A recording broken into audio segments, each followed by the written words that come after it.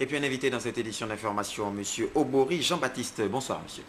Bonsoir. Vous êtes le proviseur du lycée national Léon Mba et vous venez pour une communication. Nous vous écoutons. Merci. Communiqué. À l'occasion de l'arrivée de Sa Majesté, le roi du Maroc, ce lundi 25 mars 2013, il est demandé aux élèves du second cycle des établissements suivants. Lycée Paul Indjendjen Gonjou, lycée national Léon Mba, lycée technique Omar Bongo, lycée Nelson Mandela, institution Immaculée Conception, collège Kouaben, lycée Sainte-Marie, lycée Bessieux, de se masser le long du parcours qu'empruntera le cortège royal. À cet effet, les parents d'élèves, également invités à réserver un accueil chaleureux et exceptionnel à Sa Majesté le roi Mohamed VI du Maroc, sont priés de libérer leurs enfants. Toutes les dispositions sont prises en matière de transport, de sécurité et de rafraîchissement. Pour ce faire, l'organisation se présente ainsi qu'il suit. S'agissant du transport, le transport débutera à 9 h selon les points de ramassage ci-après. Pour la commune d'Ovendo, lycée technique national Omar Bongo, Carrefour Lasni. Pour la commune de Libreville, Lalala, Carrefour Iaï, rond-point Awenji, rond-point Zengayon, Charbonnage, Angonje, PK12, Mélène, PK5, Rio, Université Omar Bongo, gare routière et derrière la prison. En ce qui concerne les itinéraires qu'emprunteront les bus, nous en avons retenu 13. Ligne 1, lycée technique national Omar Bongo, aéroport. Ligne 2, IAI, aéroport. Ligne 3, PK12, Immaculée, aéroport. Ligne 4, rond-point Zengayon, boulevard Affaires étrangères, aéroport. Ligne 5, Charbonnage, lycée Paul Indjendjen Gonjou, aéroport. Ligne 6, Angonje Delta, Avombam, Okala, aéroport. Ligne 7, lycée Nelson Mandela, Gros Bouquet, lycée national Léon Mba, aéroport. Ligne 8, Awenji, Feu rouge d'Akébé, poste d'Akébé, Estefo, gare routière, bord de mer. Ligne 9, Rio, gare routière, bord de mer. Ligne 10, gare routière, bord de mer. Ligne 11, Likwala, Feu rouge Nombakele, commissariat central de bord de mer. Ligne 12, Rio, marché d'Akébé, Likwala, Feu rouge Nombakele, commissariat central, bord de mer. Ligne 13, PK8, Beau Séjour, Awenje, aéroport. Pour des raisons de sécurité, les élèves doivent porter leurs uniformes scolaires et il sera affecté 2 encadreurs par bus, surveillants généraux, surveillants ou censeurs d'établissement. Pour ce qui est des sites, les sites retenus sont les suivants. Parking aéroport, Bissig aéroport, lycée Paul Indjendjen Gonjou, lycée national Léon Mba, Maringa, Jeanne et Boré, Sainte-Marie, Air France, Malaïka. Chacun de ces sites sera supervisé par des encadreurs qui se chargeront de veiller sur la sécurité des enfants ainsi que l'organisation de la collation prévue à cet effet. Notez bien, le retour des enfants ainsi que des membres d'associations empruntera le même itinéraire qu'à l'aller et ces derniers seront déposés près de leur domicile. Fait à Libreville le 24 mars 2013, les chefs d'établissement. Merci à vous. Je rappelle que nous recevons sur ce plateau M. Obori Jean-Baptiste, le proviseur du lycée national Léon Mba. Vous restez avec nous pour la suite de ce journal. Comme il est de tradition, la communauté internationale a célébré la journée mondiale de lutte contre la tuberculose, axée sur le thème « Plus de tuberculose de mon vivant ». Nous vous proposons d'ailleurs un extrait du discours de circonstance du ministre de la Santé, le professeur Léon Zouba. Compatriotes. La tuberculose, maladie endémique, vieille de plus d'un siècle, demeure un problème de santé publique dans notre pays. À cet effet, le Gabon se joint à la communauté internationale pour célébrer, le 24 mars 2013, la journée mondiale de lutte contre la tuberculose, dont le thème retenu pour la deuxième année consécutive est plus de tuberculose de mon vivant. La tuberculose est une maladie hautement contagieuse qui demeure une priorité nationale et une préoccupation internationale à cause des flux migratoires. C'est l'occasion pour nous d'exhorter les décideurs, les prestataires de soins, la communauté nationale et internationale et les partenaires au développement à des actions synergiques plus innovantes afin d'accélérer le progrès sur la route de la lutte contre la tuberculose. Au Gabon, la situation de la maladie reste très préoccupante. Le nombre de cas de tuberculose dépistés a sans cesse augmenté au cours des dernières années, passant de 2252 cas à l'an 2000 à 3559 cas en 2009 et à 5446 cas en 2012. Et parmi eux, 40% malheureusement sont co-infectés par la tuberculose et le VIH-Sida.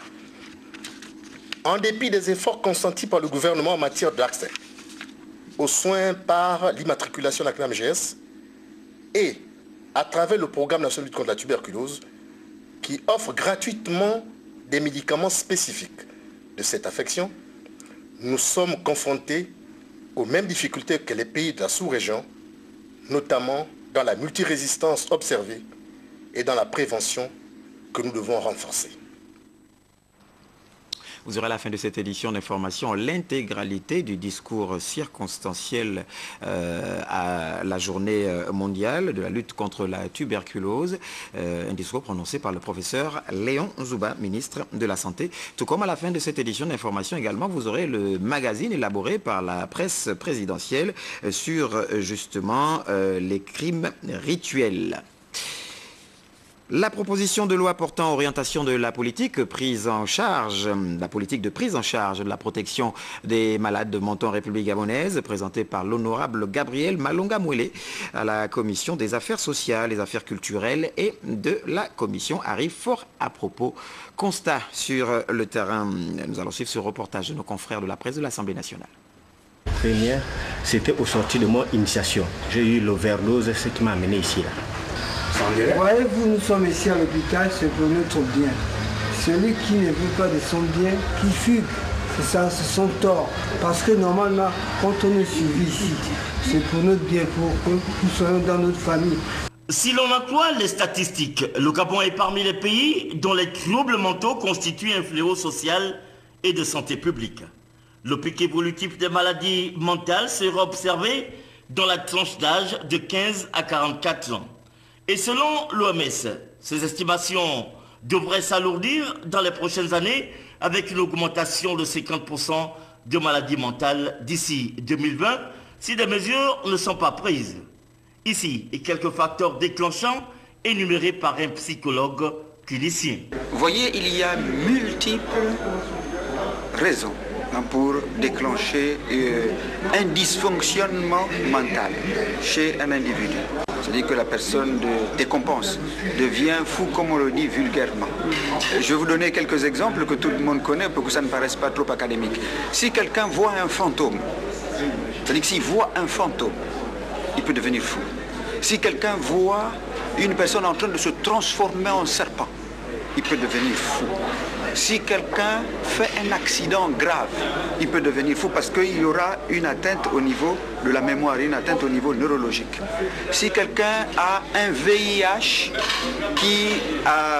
qui arrive jusqu'au cerveau, il aura ce qu'on appelle une toxoplasmose, c'est-à-dire qu'il va faire une toxoplasmose, il va devenir fou.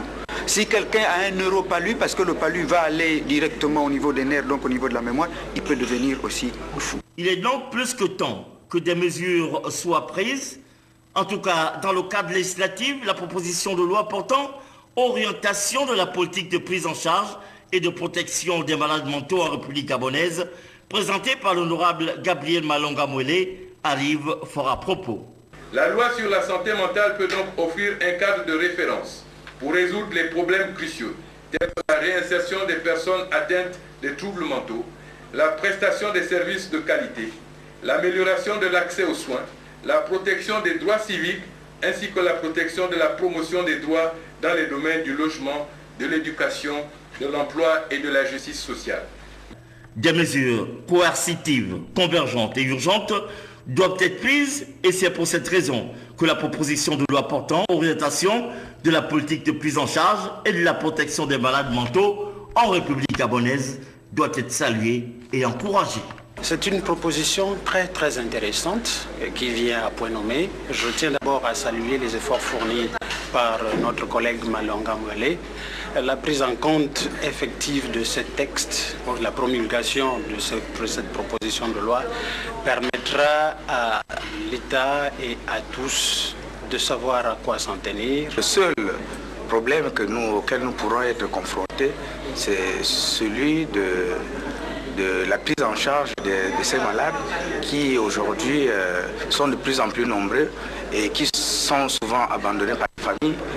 Et le problème de leur prise en charge est dû au fait que nous n'avons qu'un seul centre de référence et qui aujourd'hui est devenu obsolète et dont les conditions ne permettent plus de prendre en charge tous les malades mentaux que nous avons au niveau du pays. Tel que dit lors de l'audition, cette proposition de loi vise donc à mettre un cadre législatif approprié sur la santé mentale pour la protection des droits des personnes atteintes de troubles mentaux qui constituent un groupe vulnérable de la société. Et puis, du côté de l'hôpital d'Omboué, cet hôpital a reçu d'ailleurs la visite du ministre Ba Ogewa. L'élu est allé porter conseil et également aide aux malades, comme nous le rapporte dans cet élément Moussa Ndiengi.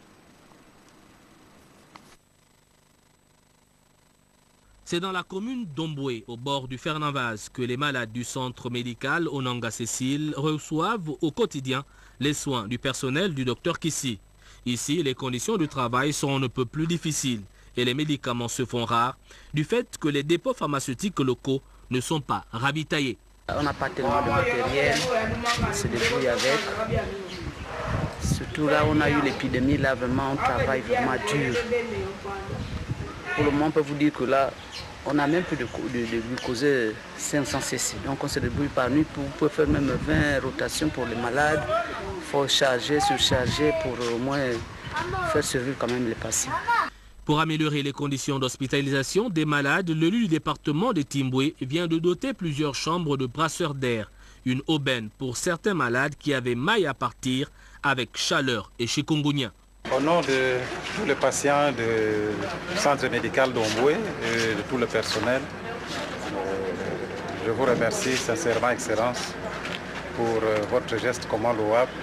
Voyez vous-même le climat à Omboué, il fait très chaud en ce moment. Donc c'est un don qui va nous servir et nous vous promettons que nous en ferons bon usage. Le ministère en charge de la santé doit plancher sur le fonctionnement de l'hôpital d'Omboué pour faire de la santé pour tous une réalité dans le département de Timboué. Notez que le directeur général de l'Agence nationale de l'aviation civile vient, lui, donc d'animer à Franceville une campagne de sensibilisation, également d'information sur les métiers aériens. La campagne était destinée notamment aux étudiants de l'Université des sciences et techniques de Masuku, comme nous le rapportent sur place nos confrères Jacob Mukwangi, Fabrice Lebomba et Georges Ngoma. Au menu de cette grande messe de la salle polyvalente de l'université de Masuku, plusieurs exposés tournant autour de la qualité de l'ANAC, navigation aérienne, sûreté, gestion aéroportuaire, fret aérien, opération au sol, métier de pilote de ligne, formation, conditions d'accès à l'école de l'aviation civile, bref, tout presque a été dit pour mieux séduire les étudiants de l'université de Masuku, véritable vivier. dans le secteur. Il y a une carence énorme en ressources humaines. Nous manquons de ressources humaines dans les métiers spécifiques de l'aérien. Nous en avons besoin et ces jeunes sont dans une situation de choix professionnel, sont en position aujourd'hui de choix professionnel.